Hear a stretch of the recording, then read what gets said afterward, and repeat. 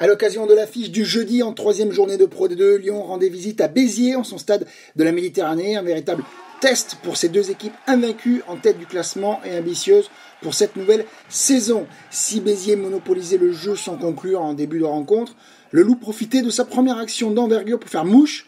Les avants jouaient debout avant que la défense biterroise ne soit davantage mise à l'épreuve et balayée sur toute sa largeur.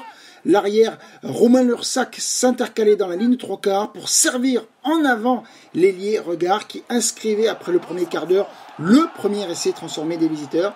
Malheureusement pour les locaux, l'arbitre M. Stéphane Boyer ne signalait pas un en avant évident sur la dernière passe et Lyon concrétisait de tout son réalisme cette domination en puissance, en défense et en mêlée fermée. Avant la pause, les coups de pied de Monroe pour Béziers entretenaient seulement l'espoir au score, avec des chandelles et des pénalités réussies, mais pas d'occasion d'essai pour les hommes de Manny Edmonds. À la reprise, les Rhône-Alpins allaient enfoncer le clou. Fond de touche parfait avec Njewell, puis le centre Soukanaveta s'infiltrer dans la défense adverse pour servir l'arrière Lossac qui trouvait sans en avant l'autre ailier Arnold pour ce deuxième essai encore transformé par Brett. Et Lyon menait alors sans conteste 15-9. Proche de l'heure de jeu, la SBH multiplie les temps de jeu pour faire rompre les Rodoniens. Mais un plaquage majuscule et un coup de pied de contre de Enzi amène un troisième essai des visiteurs. Toby Arnold double 3-0 en vitesse, prolonge au pied, continue en dribbling tout en évitant un plaquage désespéré avant de s'affaler dans le but pour un score qui grimpe à 22-9 et 3 essais à rien, soit déjà le bonus offensif pour Lyon. Mais avec du caractère et 2 cartons jaunes lyonnais à Regard et Ferns, Béziers réagit vers l'heure de jeu. Après une touche, un joli maul s'organise près de la ligne avant d'être illégalement contré par les visiteurs.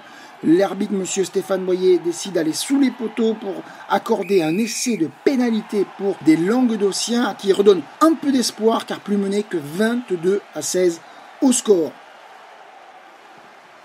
Près de 10 minutes plus tard, action copie conforme pour Béziers. Nouveau ballon porté après une pénale touche.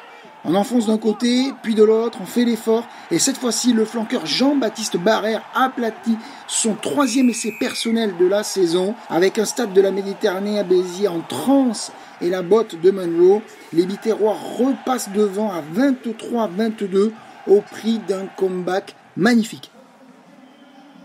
Mais la science lyonnaise va faire parler toute son expérience sur cette fin de match, provoquant plusieurs fautes, et notamment une énième au sol.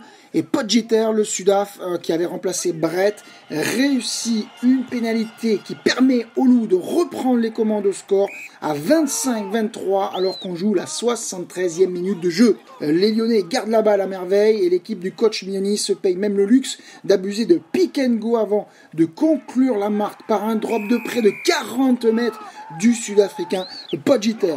Celui-là même allait sortir la balle en touche un petit peu plus tard à la sirène pour un score final de 28-23, synonyme de 3e succès en 3 matchs pour les joueurs de la capitale des Gaules qui continuent de marcher sur cette Pro D2.